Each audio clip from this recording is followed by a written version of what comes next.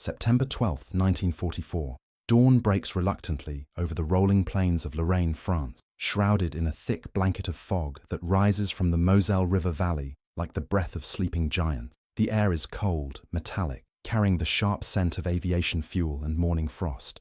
Inside the cramped cockpit of a Republic P-47D Thunderbolt, Lieutenant William Bill Cullerton adjusts his leather flight helmet, feeling the familiar vibration of 18 cylinders firing in perfect synchronization beneath his feet. The Pratt & Whitney R2800 double wasp engine thunders with 2,000 horsepower of American engineering, its sound both reassuring and ominous in the pre-dawn darkness. Through the plexiglass canopy, visibility extends barely 50 yards in any direction. The French countryside, normally a patchwork of golden fields and stone villages, has vanished beneath an impenetrable grey veil. Cullerton's breath fogs momentarily on the inside of his oxygen mask as he scans his instruments. Altitude 8,000 feet, airspeed 220 miles per hour, fuel sufficient for 2 hours of combat operations. Below him, somewhere in that ghostly landscape, elements of General George Patton's Third Army are advancing toward the German defensive positions around Aricourt and Château Salins. The radio crackles to life in his headset, carrying the voice of Major Robert Gaby Gabreski, squadron commander of the 61st Fighter Squadron. Jug flight. This is Control. Weather report shows fogbank extending from grid Victor 7 to X-ray 4. Visibility at ground level 0 to 50 yards. Proceed with close air support mission as briefed. Cullerton presses the transmit button on his control stick. Control, Jug Leader. Visibility 0 below 8,000. How do we identify friendly armor in this soup? The pause that follows seems to stretch across the cold morning air before the reply comes, tinged with the confidence that has carried American forces from the beaches of Normandy to the threshold of Germany itself. You boys can handle some fog, right? Our tanks are marked with white stars. Jerry's aren't. Should be simple enough. The assumption was born of 3 months of air superiority over Western Europe. Since D-Day, Allied fighter bombers had ruled the skies with such dominance that ground attack missions had become almost routine. The P-47 Thunderbolt, nicknamed the Jug by its pilots for its barrel-shaped fuselage, had earned a reputation as the most effective ground attack aircraft in the European theatre of operations. Its 8 50 caliber Browning M2 machine guns could slice through armoured vehicles like a scythe through wheat, while its underwing pylons carried up to 2,500 pounds of bombs, rockets, or napalm canisters. American air power had become so overwhelming that German panzer commanders had taken to moving only at night or in the worst weather conditions. But on this September morning, that same weather, which provided cover for German armor movements, would become a double-edged sword. The fog that concealed enemy positions also obscured friendly ones, transforming what should have been a precision strike into a deadly game of identification at 400 miles per hour. In the scattered formations of the 37th Tank Battalion, Sherman tank commanders moved through the mist with growing unease, trusting that the rumble of aircraft engines overhead belonged to their aerial guardians, not their executioners. The Republic P-47 Thunderbolt represented the pinnacle of American aerospace engineering and industrial might in 1944. Weighing over 7 tons fully loaded, it was the heaviest single-engine fighter aircraft ever built, a flying fortress of durability and firepower that could absorb punishment that would destroy lighter interceptors. The massive R2800 double wasp engine, manufactured by Pratt & Whitney in Hartford, Connecticut, was a masterpiece of metallurgy and precision engineering. 18 cylinders arranged in 2 rows generated enough power to propel the 8-ton aircraft to altitudes exceeding 42,000 feet, while supercharging systems maintained performance in the thin air of the stratosphere. The aircraft's armament was equally impressive. 8 Browning M2 50 caliber machine guns, 4 mounted in each wing, could fire 800 rounds per minute per gun, delivering a combined weight of projectiles that could devastate ground targets or aerial opponents alike. Each gun was supplied with 425 rounds of ammunition, including armor-piercing incendiary and high-explosive shells specifically designed to penetrate German tank armor. The guns were harmonized to converge at 300 yards, creating a cone of destruction that pilots called the Patton of death. Beyond its guns, the P-47D carried external ordnance that transformed it from interceptor to ground attack specialist. 5-inch high-velocity aircraft rockets, or HVARs, mounted on underwing zero-length launchers, could penetrate 4 inches of armor plating at close range. Each rocket weighed 134 pounds and carried an 8.5-pound high-explosive warhead capable of disabling or destroying tanks, artillery pieces, locomotives, and fortified positions. A fully loaded Thunderbolt could carry 10 such rockets, equivalent to the broadside of a destroyer aimed at targets moving across the European countryside. The technical sophistication extended to the aircraft's construction. The P-47's fuselage was built around a massive framework of forged aluminum and steel, designed to protect the pilot and engine from ground fire while maintaining structural integrity under the stress of high-speed diving attacks. The cockpit featured armor plating behind and beneath the pilot's seat, bulletproof glass in the windscreen, and a self-sealing fuel system that could absorb small arms fire without catastrophic fuel loss. These features made the Thunderbolt one of the most survivable aircraft in the American inventory, earning it the nickname the Fighting Jug among ground crews who marveled at aircraft returning from combat missions, riddled with holes but still airworthy. Manufacturing the P-47 required the coordination of thousands of suppliers across the United States. The Pratt & Whitney engines came from Connecticut, the Hamilton Standard propellers from Ohio, the Browning machine guns from Tennessee, and the complex avionics systems from factories scattered across the industrial heartland. Final assembly took place at Republic Aviation's factory in Farmingdale, New York, where skilled technicians working in round-the-clock shifts could complete a finished Thunderbolt every 45 minutes at peak production. By September 1944, Republic had delivered over 12,000 P-47s to the Army Air Force, with production continuing at a rate that astounded both allies and enemies. The pilot training pipeline that produced men like Lieutenant Cullerton was equally impressive. Beginning with primary flight training at civilian contract schools across the American South and West, prospective fighter pilots progressed through basic and advanced training programs that consumed nearly 2 years and cost the equivalent of millions of dollars per graduate. Advanced training included gunnery instruction at facilities like Nellis Field in Nevada, where pilots learned to hit moving targets while diving at speeds exceeding 350 miles per hour. Ground attack techniques were taught at specialized schools, where pilots practiced skip bombing, rocket attacks, and close air support coordination with ground forces. The logistics required to maintain air superiority over occupied Europe staggered the. Each P-47 squadron required approximately 200 ground personnel to maintain 18 aircraft in combat-ready condition. These men worked 18-hour shifts in all weather conditions, performing engine changes, armament loading, and battle damage repair that kept American fighters in the air despite the crushing tempo of combat operations. Aviation fuel, high-octane gasoline refined to precise specifications, arrived by tanker ship from American refineries, while ammunition, spare parts, and replacement aircraft flowed across the Atlantic in a continuous stream of Liberty ships and cargo. On this particular morning, all of this industrial and technological might was about to face its most challenging test, the fog of war made literal. Lieutenant Cullerton, like his fellow pilots, had trained extensively for ground attack missions, but the curriculum had always assumed reasonable visibility and clear communication with ground forces. The reality of September 12, 1944, would demand something more than training. It would require the kind of battlefield innovation that separated competent pilots from legends. As Jug flight descended through 6,000 feet, the fog seemed to thicken, transforming the world below into a grey void that swallowed landmarks, roads, and the careful geometry of military formations. Radio transmissions from ground controllers became increasingly desperate. Any station, this is Thunder 6. We have armor movement 2 clicks northeast of checkpoint Bravo, but cannot identify. Repeat, cannot identify. Request immediate reconnaissance.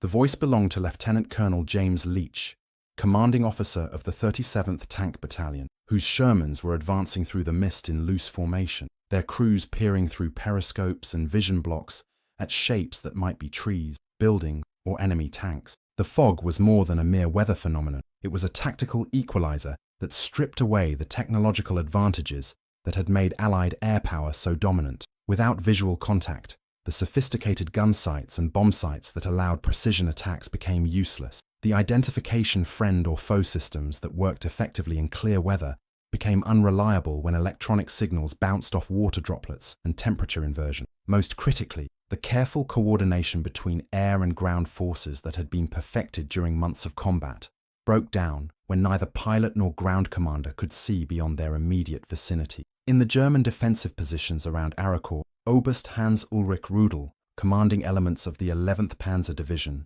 recognized the fog as a tactical opportunity. His remaining Panther and Tiger tanks, which had learned to fear daylight and the screaming dive of American fighter bombers, could now move in relative safety. Orders went out through field telephones and radio nets.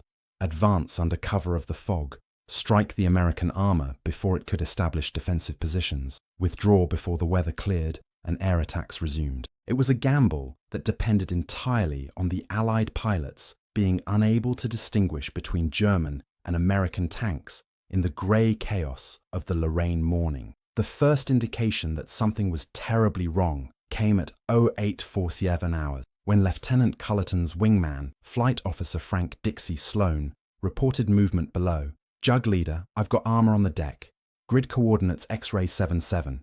Looks like a full company, moving northwest on the main road. Cullerton acknowledged and began a careful descent, throttling back to reduce engine noise as he approached the layer of fog that marked the boundary between the clear morning sky and the grey world below. Breaking through the fog bank at 2,000 feet was like descending into another universe. The familiar landscape of eastern France had been transformed into a surreal dreamscape, where shapes appeared and vanished like ghosts, where the sound of engines echoed strangely off invisible hills and valleys, where the normal rules of aerial warfare seemed suspended. Cullerton's altimeter read 800 feet above ground level, but the ground itself remained invisible until he was almost close enough to touch it. At 500 feet, shapes began to emerge from the mist. Dark rectangular forms moving in a loose column along what appeared to be a road. Cullerton's heart rate increased as he identified them as tanks, their turrets traversing slowly as they advanced. The profile looked right for German Panthers. Long-barreled guns, sloped frontal armor, the characteristic angular silhouette that had become synonymous with German armor superiority. He pulled back on the control stick, climbing to attack altitude, while flipping the master armament switch to armed and selecting high-explosive rockets. Jug flight. Jug leader. I have visual contact with what appears to be German armor, approximately 12 to 15 vehicles in column formation. Beginning attack run. Cullerton rolled into a shallow dive, lining up his gun sight on the lead tank, while his thumb found the rocket release button. The Thunderbolt accelerated through 350 miles per hour as it descended toward the target, its engine note changing to a higher pitch that German soldiers had learned to fear. At 200 feet above ground level, with his finger closing on the trigger and rockets armed for release, Cullerton saw something that made his blood run cold. Painted on the turret of the lead tank, barely visible through the swirling mist, but unmistakable in its geometry, was a 5-pointed white star, the recognition symbol of the United States Army. These were not German Panthers. They were American Shermans, advancing through the fog toward their planned objectives, trusting that the aircraft above them were protective rather than predatory. The realization struck like a physical blow. Cullerton yanked back on the control stick with such force that the Thunderbolt's stressed airframe groaned audibly, pulling nearly 6 gravities as it climbed away from the tanks. The rocket switches remained armed, the guns loaded with armor-piercing ammunition that could have slaughtered an entire platoon of American tankers in a matter of seconds. Over the radio, the voice of the ground controller crackled with confusion. Jug leader, what's your status? We show you climbing rapidly from the target area. Negative attack. Negative attack. Cullerton's voice was strained from the G-forces and the adrenaline coursing through his system. Those are friendlies down there. Sherman tanks with white stars. Nearly engaged our own people. The admission carried the weight of catastrophe narrowly averted, the kind of mistake that could turn tactical success into strategic disaster. Blue-on-blue incidents, as they would later be called by military analysts, represented one of the greatest fears of combined arms warfare, the possibility that technological superiority could become a weapon turned against its wielders. In the tanks below, Sergeant First Class Robert Tank Sherman, ironically sharing his nickname with his vehicle, had heard the aircraft engines overhead and felt a moment of relief. Air cover meant protection from German anti-tank guns and the possibility of close air support if enemy armor appeared. But something in the sound had been wrong. The engine note had the aggressive pitch of an attack dive, not the lazy drone of a protective combat air patrol. When he glimpsed the dark shape of the P-47 through his commander's cupola periscope, diving toward his position with rocket pods visible under its wings, Sherman realized with crystalline clarity that he was about to be killed by his own air force. The fog that had concealed his tank from German observers had also concealed its American identity from American pilots. The white star, painted on his turret, clearly visible from above in good weather, was invisible in the grey twilight of the Lorraine morning. The radio frequencies that should have connected air and ground forces were filled with static, conflicting reports from units scattered across the battlefield. Most critically, the identification procedures that worked effectively in training exercises had broken down in the chaos of actual combat. The near disaster crystallized a problem that had been building throughout the Normandy campaign and the subsequent pursuit across France. As Allied forces moved faster and operated over wider areas, the coordination between different services became increasingly difficult. Air Force pilots, trained to attack anything that moved in enemy territory, sometimes found it impossible to distinguish between Allied and Axis vehicles, especially when operating at high speed and low altitude. Ground commanders, focused on their immediate tactical situation, often failed to communicate their positions accurately to supporting aircraft. The result was a series of tragic mistakes that claimed hundreds of Allied lives and damaged the trust essential to effective combined operations. Lieutenant Cullerton, circling at 3,000 feet while his heart rate gradually returned to normal, understood that the morning's mission had become something more complex than a simple ground attack. The fog that concealed enemy positions also concealed friendly ones, transforming every vehicle movement below into a potential target or potential disaster. Traditional identification methods, radio communication, visual recognition, pre-planned coordinate system, had all failed in the face of weather conditions that reduced visibility to yards rather than miles. It was Flight Officer Sloan who first suggested the solution that would transform a near catastrophe into tactical innovation. Flying alongside Cullerton in his own P-47D, Sloan had witnessed the aborted attack and understood the implications. Over the radio, his voice carried the calm professionalism that marked veteran combat pilots. "Jug leader, we've got smoke rockets in addition to the HE loads. What if we use them to mark friendly positions before we attack anything else?" The suggestion seemed almost absurdly simple, yet it addressed the fundamental problem that had nearly led to fratricide. Smoke rockets, normally used to mark targets for other aircraft or to provide concealment for ground forces, could serve as identification beacons in conditions where visual recognition was impossible. By flying low over confirmed friendly positions and releasing colored smoke, aircraft could create visible boundaries that would persist long enough to guide subsequent attack runs against legitimate targets. Cullerton's response was immediate. "Roger, Dixie, let's give it a try. I'll take purple smoke and mark our Shermans. You take yellow and mark the road junction they're advancing to. Keep your eyes open for any other friendlies in the area." The decision represented more than tactical adaptation. It embodied the kind of battlefield innovation that had made American forces so effective throughout the European campaign. Faced with an unexpected problem, frontline units developed practical solutions using available equipment and individual initiative rather than waiting for higher headquarters to provide detailed instructions. The execution required extraordinary flying skill and considerable courage. Marking friendly positions with smoke rockets meant descending to extremely low altitudes over a battlefield where German anti-aircraft gunners were certainly present, even if temporarily concealed by fog. A P-47D flying at 150 feet above ground level and 200 miles per hour presented an unmissable target for any enemy soldier with a rifle or machine gun. More dangerously, the aircraft would be operating in airspace that might contain other Allied aircraft,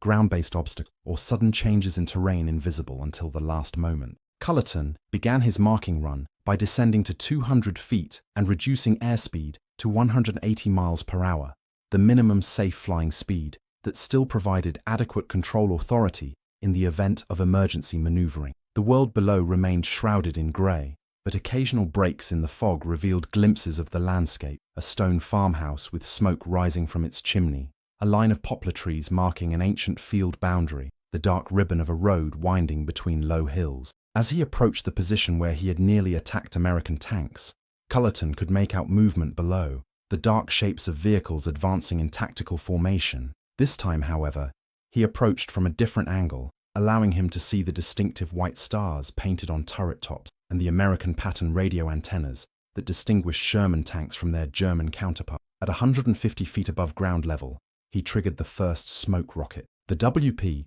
white phosphorus, rocket ignited with a brilliant purple flash. trailing smoke as it descended toward the lead Sherman tank. Upon impact with the ground, it burst into a column of dense purple smoke that rose vertically in the still air, clearly visible from aircraft altitude despite the surrounding fog. The effect was immediately apparent. A bright marker that could be seen from several miles away, clearly delineating the position of friendly forces and establishing a reference point for subsequent operations. Sergeant Sherman, watching from his tank commander's position, saw the purple smoke rocket impact 20 yards ahead of his vehicle and understood instantly what was happening. The same pilot who had nearly destroyed his tank was now marking its position to prevent other aircraft from making the same mistake. Over the tank's radio net, Sherman transmitted, "All Thunder stations, we are being marked with purple smoke by friendly aircraft. Purple smoke indicates friendly positions. Acknowledged." The response came from 13 Sherman tanks scattered across a half-mile front. Roger. Purple smoke for friendlies. B. The simple code, improvised in the heat of battlefield necessity, provided the common reference system that had been missing from the original mission planning. More importantly, it demonstrated the kind of adaptive thinking that allowed military units to overcome unexpected challenges through cooperation between different services and tactical. Flight Officer Sloan, meanwhile, had begun his own marking mission, using yellow smoke rockets to identify the road junction that served as the 37th Tank Battalion's objective for the morning advance. Flying parallel to the main road at an altitude of 120 feet, dangerously low even by ground attack standards, Sloan could see through breaks in the fog that the intersection was currently unoccupied by either friendly or enemy forces. The yellow smoke rocket burst in a brilliant cloud that marked the terrain feature clearly, providing both air and ground forces with a common reference point for navigation and tactical coordination. The improvised marking system took on increased urgency when, at 09:23 hours, Lieutenant Cullerton spotted movement that definitely was not American. Approximately 1 mile northeast of the purple smoke marking friendly positions, a column of vehicles was advancing through the fog in a formation distinctly different from Allied tactical doctrine. Even through the mist, the silhouettes were unmistakably German, the long barrels and angular turret profiles of Panther tanks moving in the close interval formation that German armor commanders preferred for mutual support. This time, target identification was certain. The vehicles showed no Allied marking, moved in a formation unknown to American tactical doctrine, and were advancing toward the positions marked by purple smoke, clearly hostile intent. Moreover, their position relative to the smoke markers established by the P-47s meant that attacking them would pose no risk to friendly forces. Cullerton armed his remaining high-explosive rockets and selected armor-piercing ammunition for his machine guns. Jugflight, Jug Leader. I have positive identification of German armor approximately 1 mile northeast of our purple smoke markers. Beginning attack run. Stay clear of the purple smoke. Those are our guys.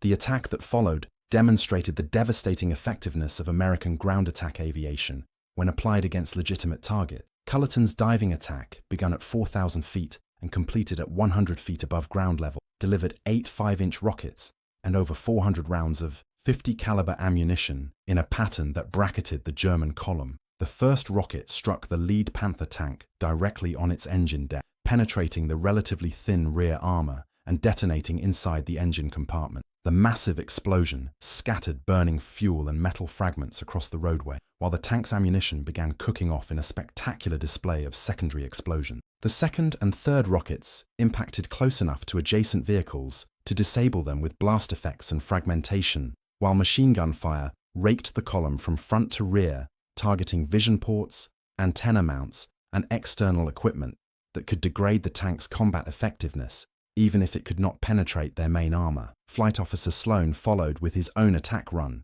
concentrating his fire on vehicles attempting to disperse from the road into adjacent fields. The combination of high-explosive rockets and armor-piercing machine gun fire proved devastatingly effective against the German armor, which had been caught in column formation on open ground, with no opportunity to employ the defensive tactics that might have minimized casualty. The German response was swift and accurate. Anti-aircraft guns that had remained silent during the fog-shrouded morning opened fire as soon as the American aircraft revealed their positions with rocket attack. Tracer fire rose toward the P-47s like deadly fireworks, forcing both pilots to execute violent evasive maneuvers at dangerously low altitude. Cullerton felt his aircraft shudder as machine gun bullets penetrated the engine cowling, but the massive R-2800 engine continued running without noticeable power loss. testament to the rugged construction that made the Thunderbolt so survivable in ground attack operations. Ground fire also came from infantry positions that had been invisible in the fog,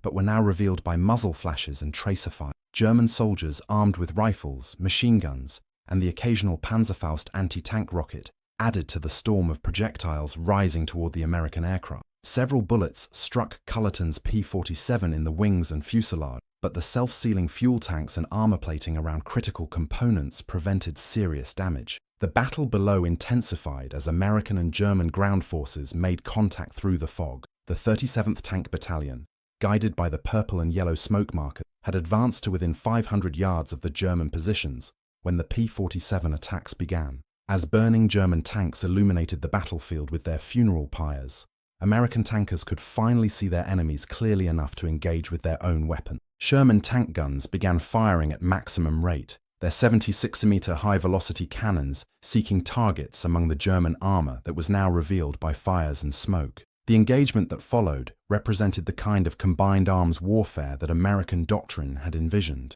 Air power to locate and attack enemy positions, followed immediately by ground assault to secure tactical objectives. The coordination between aircraft and tanks, initially threatened by the identification crisis, had been restored through the simple expedient of colored smoke markers. The innovation did not go unnoticed by higher headquarters. Major Gabreski, monitoring radio transmissions from the Tactical Operations Center, immediately recognized the significance of what his pilots had accomplished. The use of colored smoke to mark friendly positions in low visibility conditions solved a problem that had plagued close air support operations since the beginning of the war. More importantly, it had been developed not in staff planning sessions or training exercises, but in the heat of actual combat by pilots who understood both the capabilities of their aircraft and the requirements of ground force. Within hours of the engagement, radio messages were flashing throughout the 9th Air Force command structure. Effective immediately, all ground attack squadrons will carry colored smoke rockets for position marking in reduced visibility conditions. Purple smoke indicates friendly ground forces. Yellow smoke indicates tactical objectives. Red smoke indicates enemy positions confirmed for attack. The improvised solution developed by two pilots flying in fog over Lorraine became standard operating procedure for American close air support operations for the remainder of the war. The tactical results of the morning's engagement extended far beyond the immediate destruction of German armor. The 11th Panzer Division's attack, which had depended on fog concealment to achieve surprise against American positions, collapsed when air power intervened effectively despite the weather conditions. German casualties included 12 Panther tanks destroyed or damaged beyond repair, approximately 40 personnel killed or wounded, and the abandonment of tactical positions that had taken weeks to prepare. More significantly, the failed attack represented the last major German armored offensive in the Lorraine sector, marking the beginning of a general withdrawal toward the German border that would continue through the autumn of 1944. American losses were remarkably light, considering the complexity and danger of the engagement. The 37th Tank Battalion reported 2 Sherman tanks damaged by German anti-tank fire, with 3 crew members wounded but no fatalities. The P-47 Thunderbolts returned to base with battle but no aircraft losses, testament both to the rugged construction of the Republic fighter and the skill of its pilots in evading ground fire while operating at extremely low altitude. Lieutenant Cullerton's post-mission report, filed later that afternoon, captured the essence of what had been accomplished. Weather conditions made visual identification of ground targets impossible using standard procedures. Enemy and friendly forces could not be distinguished at tactical speeds and altitudes. Solution: use colored smoke rockets to mark friendly positions before attacking any ground targets. Recommend adoption as standard procedure for low visibility conditions. The report's matter-of-fact tone concealed the drama of the morning's events, but its recommendation would save countless Allied lives in subsequent operations. The technical innovation represented by the colored smoke marking system reflected broader patterns in American military effectiveness during World War II. Unlike armies that relied primarily on rigid doctrine and centralized planning, American forces encouraged tactical adaptation and individual initiative at the unit level. Pilots, tank commanders, and infantry officers were trained not just to follow orders, but to solve problems using available resources and creative thinking. This flexibility proved especially valuable in the fluid combat conditions of the European theater, where rapid advances and changing tactical situations required constant adaptation. The industrial capacity that produced both the P-47 Thunderbolts and the colored smoke rockets they carried also demonstrated American advantages in military logistics and manufacturing.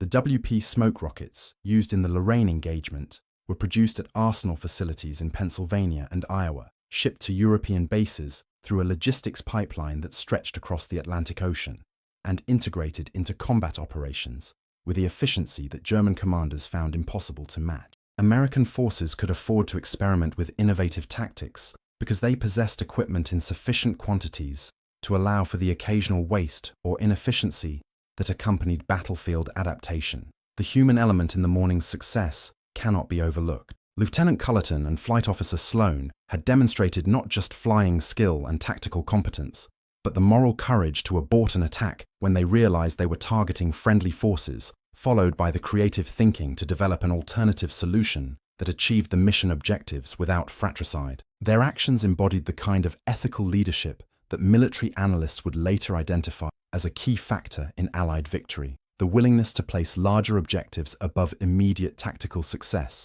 combined with the intellectual flexibility to find new solutions to unexpected problems. The German perspective on the morning's engagement provides insight into the broader strategic situation facing Axis forces in the autumn of 1940. Oberst Rudel's after-action report noted, American air power has adapted techniques that make weather concealment ineffective. Enemy aircraft can now mark positions and coordinate attacks even in conditions that previously provided safety for armored operations. Recommend immediate withdrawal to prepared positions east of the Moselle River. The admission reflected the growing recognition among German commanders that American tactical innovation was making traditional defensive strategies obsolete.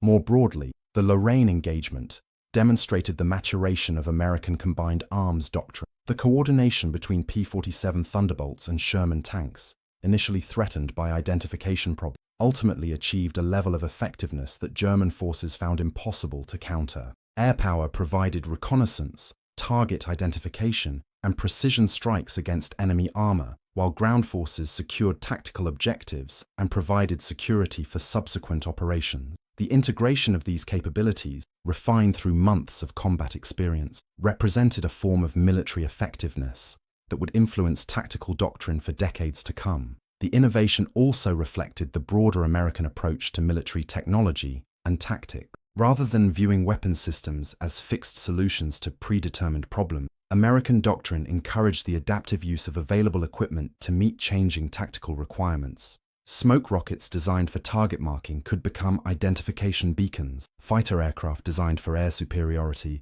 could become ground attack platforms. Radio equipment designed for air traffic control could coordinate combined arms operations. This flexibility multiplied the effectiveness of American forces while keeping enemy commanders constantly off balance. The psychological impact of the successful engagement extended beyond its immediate tactical results.